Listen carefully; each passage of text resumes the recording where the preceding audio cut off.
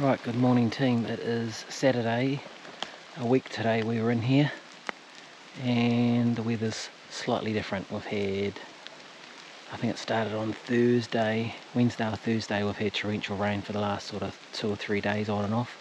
It's still drizzling now, but it's supposed to clear up at, what time? Lunchtime, I think. Yeah, 10 o'clock, so just stomping up this spur that we came up last time. Heaps and heaps of water through all these little guts, and the bush is soaking wet. Heaps of mist up through the top. We haven't heard a peep yet. Oh, there's our little mate come to say hello again. How cool, every time, eh? That's so good. Alright, so we've both got wet weather gear on.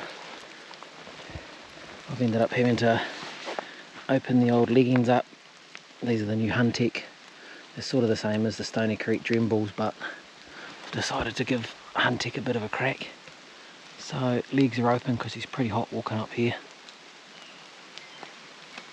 Right, old mate jumping around.